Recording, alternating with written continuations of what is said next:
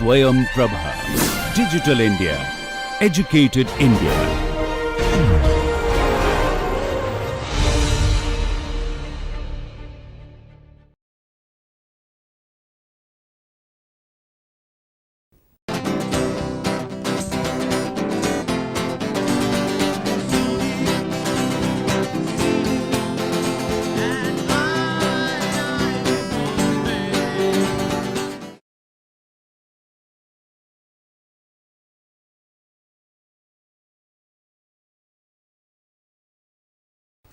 We are talking about thermodynamics of compressors and turbines.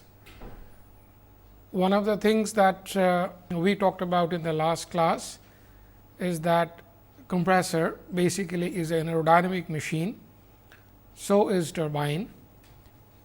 However, their performance is to a large extent decided by certain thermodynamic aspects, insofar as both the compressor and turbine are part of a heat engine, the jet engine. And as a result of this, it is necessary that we always keep one eye on the thermodynamic aspects of the functioning of compressor and turbine. And because of that, we decided to take a little closer look at some of the thermodynamic aspects of compressor and turbine. You are doing the whole thermodynamics of cycle analysis involving the entire engine, including compressors and turbines. In these two lectures, we just have a little closer look at some of the aspects of thermodynamics of compressors and turbines. And later on, of course, we will be doing a little more details of the aerodynamics of compressors and turbines in the following lectures. So, in the last class, we did a little bit of thermodynamics of compressors under various kinds of fluid flow, insofar as the compressors turbines in jet engine are involving flowing fluid at fairly high speeds actually. And hence, we looked at some of those aspects. We looked at the thermodynamics of compressors from static parameter change point of view, as well as from stagnation parameter change point of view. And we could see that there are certain differences in the way the thermodynamics may need to be handled or calculations proceeded, taking into account that some of the changes are in terms of the stagnation parameters, in which case if you want to make a little more rigorous analysis of compressors, turbines and other such components, you may like to adopt those methods. Those are more involved methods, those would indeed take more time for computation, and as a result of which for simple handy calculations you may not like to do them, but if you want to do more rigorous calculations, you may like to adopt those methods. Today, we will look at thermodynamics of turbines in the same vein that we did in the last class. We look at the turbine flow as it is as part of a jet aircraft engine, and we see how thermodynamics affects certain aspects of the turbine functioning. And we also know that thermodynamic processes can be categorized under various process titles, and we will take a look at how, if these processes are invoked for turbine operation, how the turbine operation may behave slightly differently from each other. So, let us take a look at thermodynamics of turbines. Now, in this particular lecture, when we are talking about thermodynamics of turbines, we are not explicitly talking about axial turbines or radial turbines. The difference of those things are probably known to you, and we will be doing the details of those things in the following chapters. So, today we will take a look at simply what we call a turbine, without bothering about whether it is axial turbine or radial turbine. Whatever we are doing is overall in a generic sense valid for both kinds of turbines. In some specific cases, you might see more resemblance to an axial turbine, which is the more used kind of turbine in various jet engines, and that will be obvious to you also. However, we will keep an eye on all aspects of functioning of turbine. If we look at how the turbine functions through, to begin with, let us say a PV diagram, something which you are already very well familiar with through your cycle analysis lectures. And if we take a case, let us say, in which the flow is to begin with adiabatic, let us say, which is 1 to 2 adiabatic, and then compared to that we take a, let us say, a more realistic case, which is a generalized situation and which we normally call a polytropic case, which is from 1 to 2. So, the difference between these two is that this extra work delta H that would be required to be spent in extracting the work, which means that when the work is extracted, so much less work would be available for any other kind of work or functioning. Now, which essentially means that if you are going from station 1 to station 2, this is the kind of extra work that will have to be spent in extraction of the work. Now, the net reversible polytropic expansion work we can say is given by 14321, that is 14321. So, this is the area that you would normally be using for figuring out from the PV diagram what could possibly be the reversible polytropic expansion work. And this we have seen before, it is normally given in terms of 1 to 2 VdP, and correspondingly the real expansion work of a fluid flow can be written down in terms of 1 to 2 VdP plus Lr, which is the loss normally occurring, and the differential of the kinetic energy at the entry and exit of the turbine. So, those are the terminologies that come when you have a flowing fluid through the turbine, as we normally have in jet engines, and those parameters then come into the picture, and loss of course, is what occurs during the process of the fluid flow through the turbines. So, this is how we can start making a thermodynamic analysis, and to begin with we are using the PV diagram. If we write down the irreversible polytropic expansion, the earlier one we wrote down was reversible polytropic expansion in the most general case, we can say that H T polytropic, and that will be given by K 1 divided by K 1 minus 1 whole thing to the power P 1 V 1, and then whole thing multiplied by 1 minus P 2 by P 1 to the power K 2 minus K 1 by K 2. Now, we see here there are two K's, one is K 1, which we had earlier called in the earlier lecture in compressors, the first mean index, and the K 2, which is called the second mean index, and 2 had two slightly different definitions, which we had discussed in the last lecture in connection with the compressor. So, same thing is valid over here very rigorously. If you really wish to do that, you could have possibly 2 polytropic indices to handle the situation of a polytropic process. However, for all practical purposes, K 2 is equal to K 1 is equal to K. Now, in aircraft gas turbines, generally the value is 1.33 and it could go down to 1.29 depending on the temperature. Now, we know that as the temperature, operating temperature through the turbines go down, the value of the gamma also tend to go up.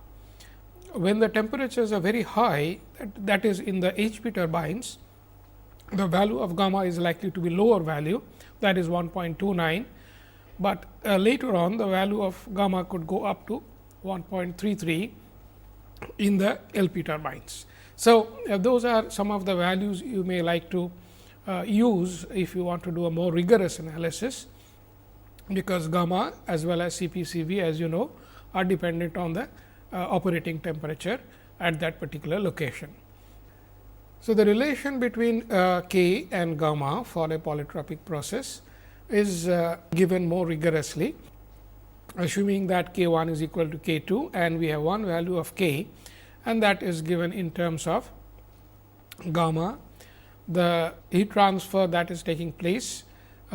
This could be the internal heat transfer, this could be the external heat transfer coming in or going out.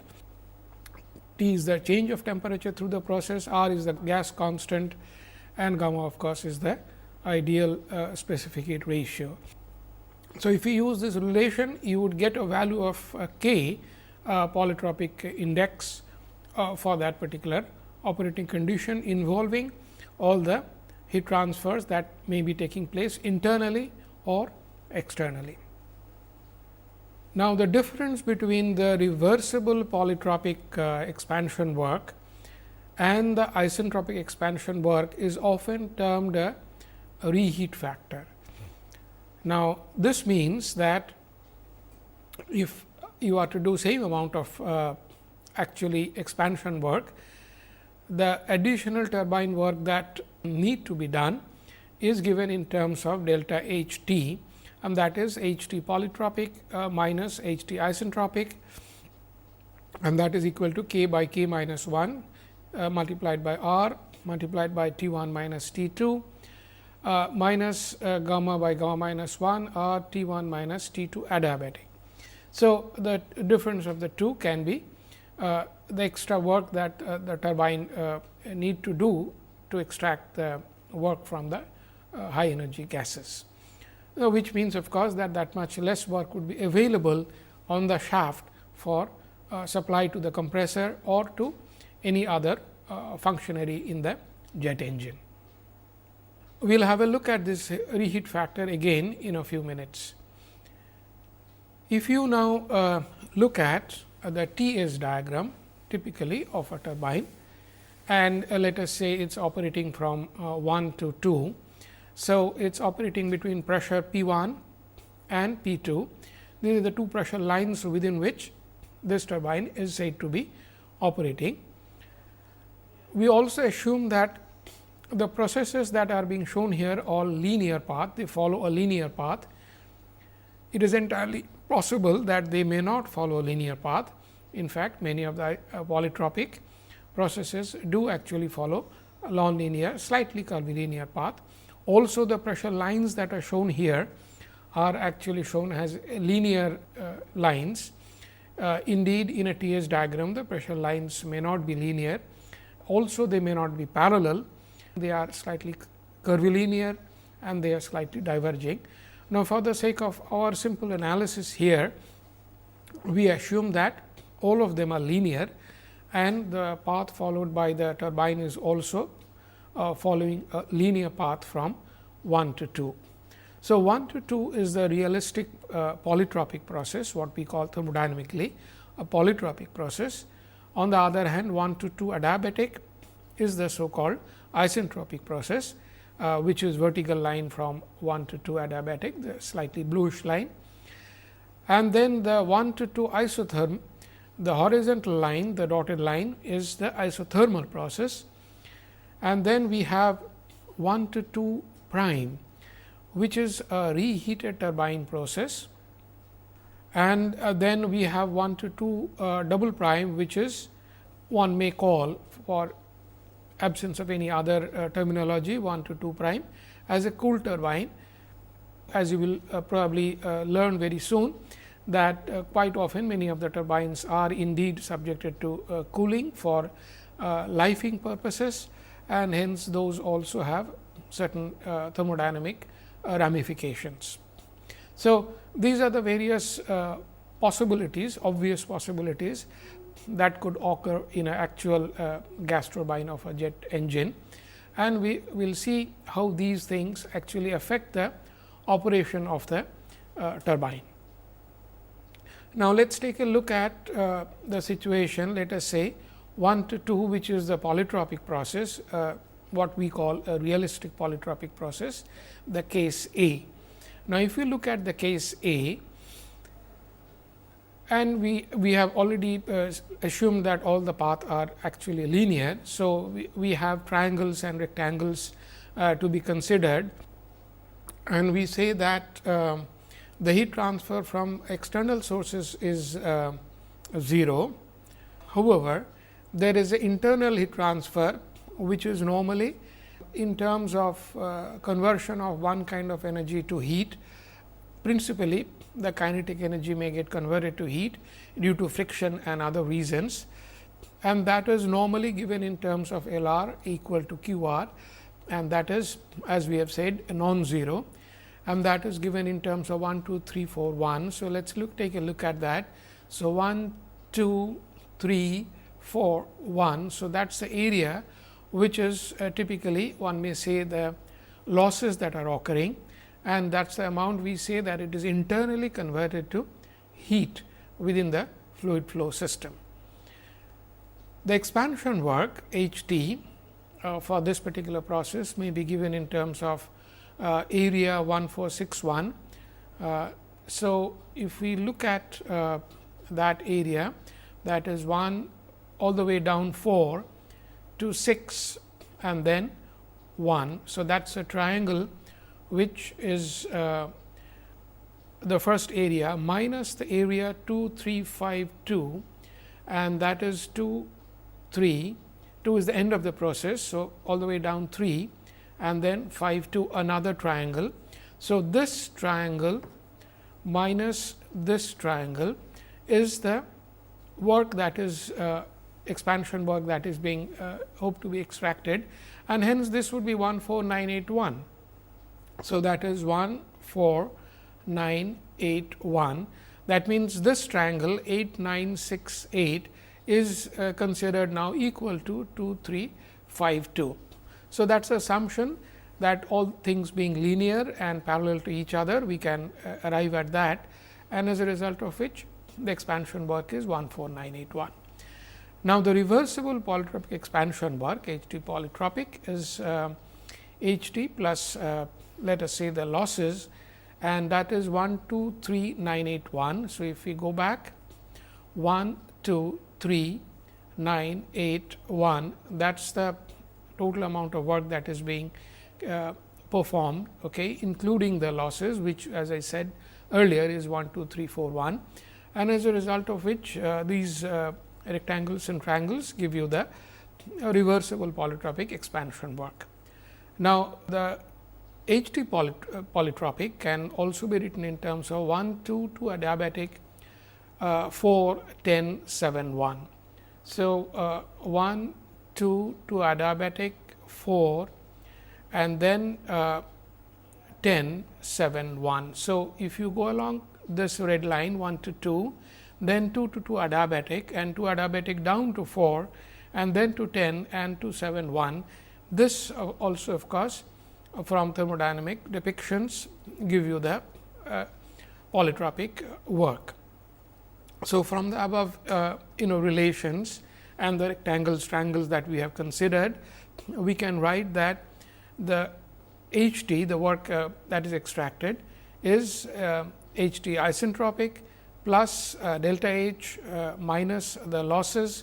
Losses, of course, are not available for functioning of anything, and which would be then H T isentropic minus the losses, which we can now write down in terms of 1, 4, 10, 7, 1, which is 1, 4, 10, 7, 1 that we have shown earlier. And then that minus 2, 3, 4 to adiabatic to 2. So, 2, 3, 4 to adiabatic to 2. So, this is the rectangle which gets subtracted from the earlier rectangle, and that is your work done.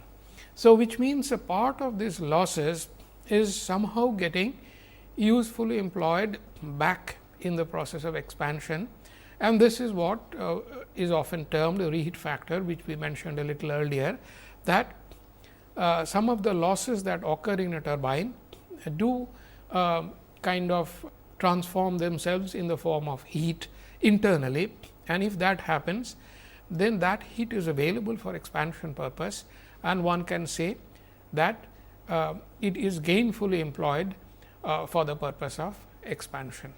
So, that is what that may happen in a polytropic process. Now, let us take a look at the process B, which is 1 to 2 prime. Now, we continue with the assumption that we had made earlier, and we can say that the expansion losses are now, we call expansion as loss L, capital L, and that is also equal to Q r, that is internal heat that is added to the system, and this would be 1, 2 prime, 3 prime, 4, 1. So, if we go back to the diagram, so it is 1, 2 prime, 3 prime, 4, 1. So, as you can see, this area is going to be larger than the earlier area 1, 2, 3, 4, 1, and this is what will impact our calculations. And the heat, let us say now being added externally is 1, 2, 3, 3 prime, 2 prime, 1. Now, this is the heat that is being added externally, and this is the process 1, 2 prime, in which heat is being added externally. That is 1, 2, 3, 3 prime, 2 prime, 1. So, 1, 2, 3, 3 prime, 2 prime, 1. So, this, if you take this area, that is this rectangle plus this triangle on top. So, that is the additional work or heat that has been added to the system because of the external influence, and that is what is appearing as a additional area, and hence the reversible polytropic work can now be written in terms of 1, 2 dash 2 prime, 2 adiabatic, 4, 10, 7, 1 as we had done before, and that will be H T isentropic plus delta H prime. Okay. So, 1, 2 prime, 2 adiabatic, 4, 10, 1 as we had done before, 1, 2 prime, 2 adiabatic, 4, 10, 7, 1.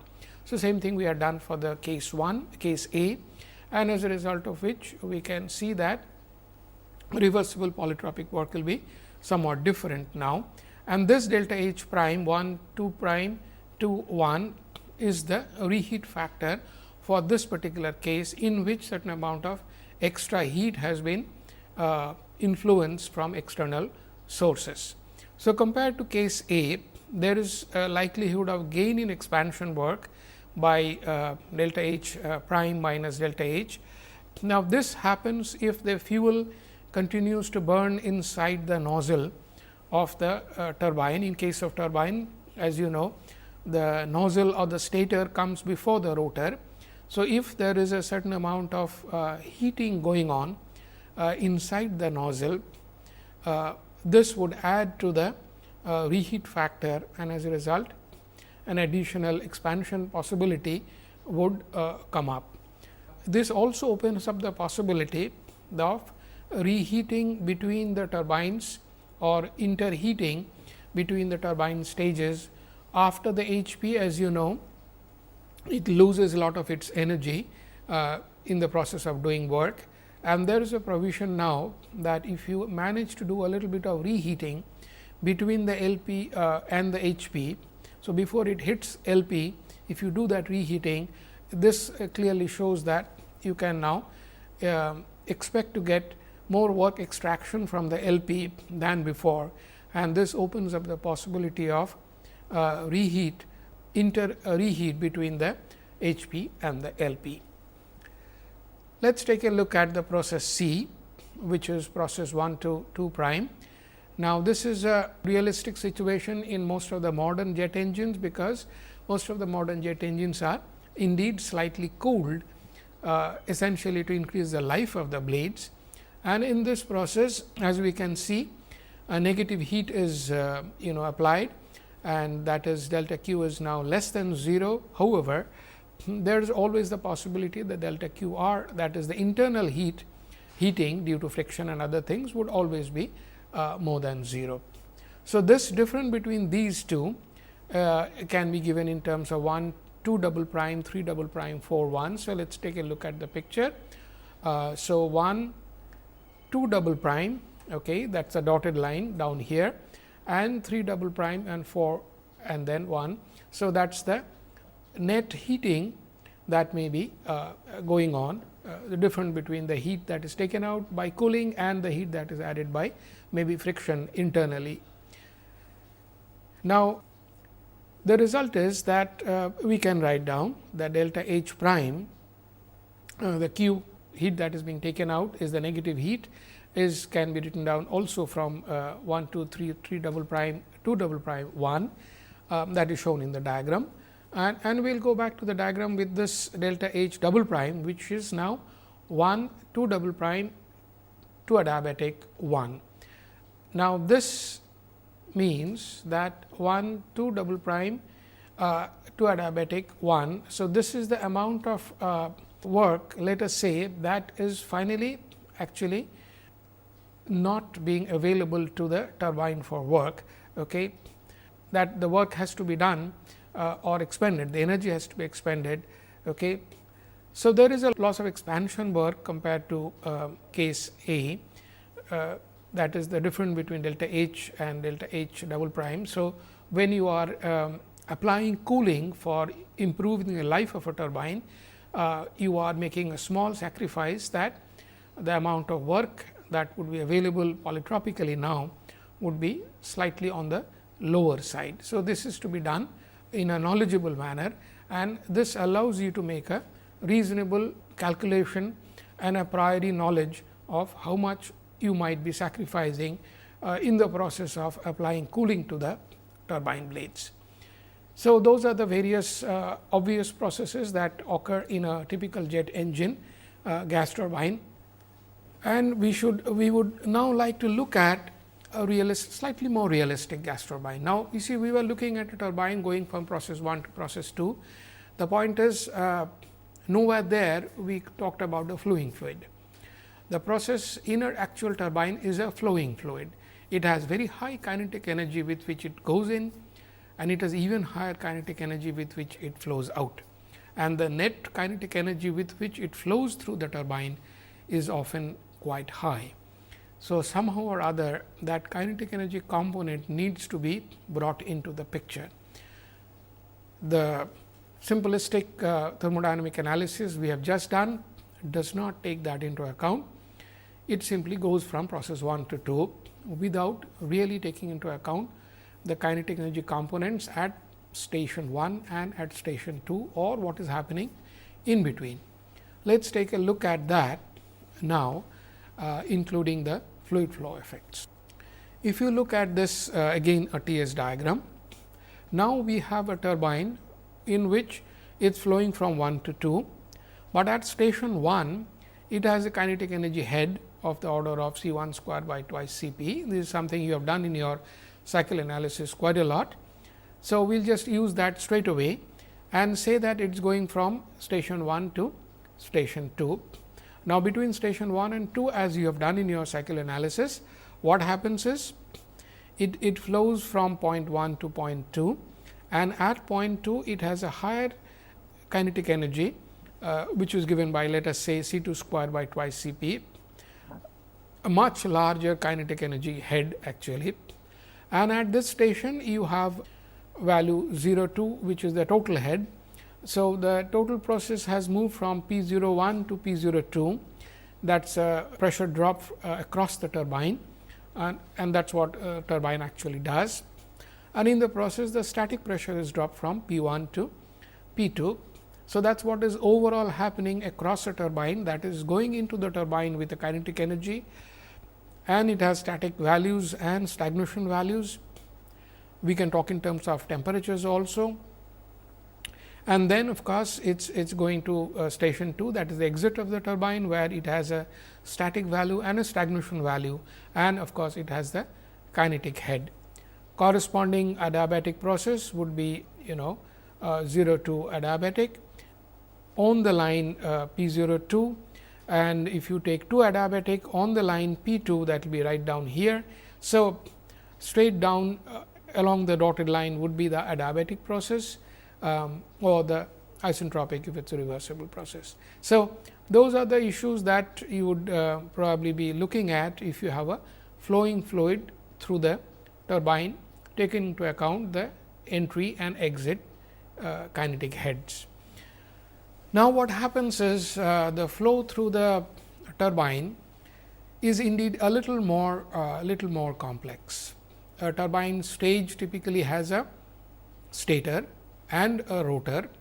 The flow first goes through the stator with a large enhancement in kinetic energy, conversion of potential energy to kinetic energy, and then of course, it goes through the rotor in the process of doing a lot of work. It gives up a lot of energy to the turbine for doing a lot of work. Now, we should try to bring that into the thermodynamic diagram. So, let us take a look at that, which is a step forward from what we have just now. So, this actually shows the flowing fluid through the whole turbine stage, and it shows that the flow, now we have 3 stations, let us say station 00, then station 01 and station 02. 00 is where the flow is entering the turbine, and it has a kinetic energy head given by h c 0, let us say, and then across the stator it acquires a large kinetic head given by h c 1, and so 01 is over here and 1 is down here. So, it has moved from 0 to 1 on the static map. So, 0 1 2 is your static head Hs diagram. We are now showing Hs diagram, which as we have discussed before is similar to Ts diagram. And so, we have moved from 0 to 1 to 2 on static parameter. On the total parameter 0 0 to 0 1, that simply depicts that no work has been done. And hence, the total head parameters remain conserved from 0 0 to 0 1. So, we are bringing in the things that you have done in your cycle analysis to look at the thermodynamic diagram in connection with what we have just talked about. So, now we have from 0 1 to 0 2, that is where the work is being done, that is the flow through the rotor, and as a result of it, at the end of it, the kinetic energy head goes down from h c 1 to h c 2 much lower. So, it gives up a lot of energy, including lot of kinetic energy. It gives up a lot of pressure. It indeed gives up a lot of enthalpy, as you can see here. One can talk in terms of temperature. So, it falls from this energy level to this energy level, and this kinetic energy level h c 1 to kinetic energy level h c 2, and all of it should be possible to be shown on this thermodynamic diagram. So, if you can show all of it, then you have covered all the ground that is happening thermodynamically inside a turbine. Now, we say that H 00 is the total head work done from station 00 to 02. So, that is the work that can be said to be done on the basis of stagnation parameter change. On the other hand, H is the work that is done from 0 to 2 based on the static parameter change from 0 to 2. The two may not be equal to each other if h c 0 is not equal to h c 2. If they are equal to each other, then this h, the static work, would be equal to the total work h 00. So, that is what the thermodynamic tells us. Somewhere on the left you can see a h double prime, that is nothing but the isentropic work done from the station 0 to station 2 double prime, that is vertically dropped from 0 to 2 double prime, and that is the thermodynamic ideal work done in isentropic process. So, as you can see here now, it is possible for us to show more or less everything that is happening inside a gas turbine engine, and that you should be able to show everything both in terms of thermodynamic process as well as in terms of gas dynamic process. So, the aerodynamics or gas dynamic that is happening is also quite clearly showable over here in terms of thermodynamic parameters. The parameters that we have talked about are listed over here. So, we have talked about energy loss parameter, which we have said is Lr, H is the specific enthalpy, and capital H is the change in specific enthalpy across one station to another, and these are the subscripts. 1 is the entry, 2 is the exit, and 0 1 is the total parameter at entry, 0 2 is the total parameter to exit. 0 0 is the normally the enthalpy or energy change in the total head process. Isen of course, is the isentropic process, isothermal is the isothermal process, poly is the polytropic process, and AD is the adiabatic process. Quite often we talked about adiabatic reversible process, and C is the kinetic energy of the total enthalpy at the station, as we have talked about Hc, Hc0, Hc1, Hc2, etc. In this diagram, you can also see here H1 prime, H1, H2 prime, which are the adiabatic work from 0 to 1 and then from 1 to 2. So, if you separate out the two components, the rotor and the stator, the adiabatic work across the stator is 0 to 1, and then across the rotor is from 1 to 2 prime. So, the two can be also separated out if you wish to. Okay, so, we have gone through the whole system of turbines, looking at the rotors, stators, and what is happening across the entire turbine. We can now summarize by simply writing down the component efficiencies of the various components. The blade efficiency can be simply written down in terms of the HT blade by the HT H that is available. As we have seen, a lot of losses may occur across the blade, and all of it may not be available, and that may be simply given as blade efficiency. One can actually even write down a sectional efficiency of a particular section of a blade through this efficiency definition. The eta T internal of course, is the work delivered to the rotor or the rotor shaft, as opposed to the work availability ideally through the same pressure ratio. Now, this is given as H available, and this is of course, the H that is available to the rotor. The effective efficiency is the H T effective turbine work that is effective with reference to the H available, and this includes some of the losses that we have talked about, and a slightly different efficiency can be configured out of those values if they are available. The polytropic efficiency that we have talked about, and we have talked about a lot of it in your cycle analysis, can be also written down in terms of H T divided by integral of 0 to 1 to 0 to d p by rho, and a corresponding adiabatic efficiency can be written down in terms of H T divided by integral 0 1 to 0 2 d p by rho as the work available. Now, 0 1 to 0 2 d p by rho of course, is the ideal total work based on the total heads 0 1 to 0 2, that is ideal work that may be available to the turbine for doing its work. So, these are the fundamental thermodynamic deficiencies from thermodynamic point of view. One can make use of them as you wish to for configuring the various processes that are occurring inside a turbine. If you now take into account the fact that we have equal work in the stages and equal efficiency of each stage of a multi-stage turbine, as you know, most of the turbines in a jet engine are multi-stage turbines. With we can see that with increasing number of stages, the efficiency that you get from corresponding to the ideal efficiency, actually you start from 1, and as you keep on increasing the number of stages, actually the efficiency goes up, and with the increase of pressure ratio across the turbine, the efficiency actually goes up. So, if you have a large number of stages or multi-staging, and correspondingly you are able to get more and more pressure drop, the efficiency of the turbine system actually goes up. So, instead of trying to get a lot of pressure drop across one single stage, if it is possible to spread it across number of stages, you get more efficiency advantage. However, that needs to be practically balanced against the weight of the engine and the space of the turbine that it takes, and quite often this kind of optimization indeed needs to be done to get the final turbine configuration. So, this what we are showing is purely from thermodynamic point of view.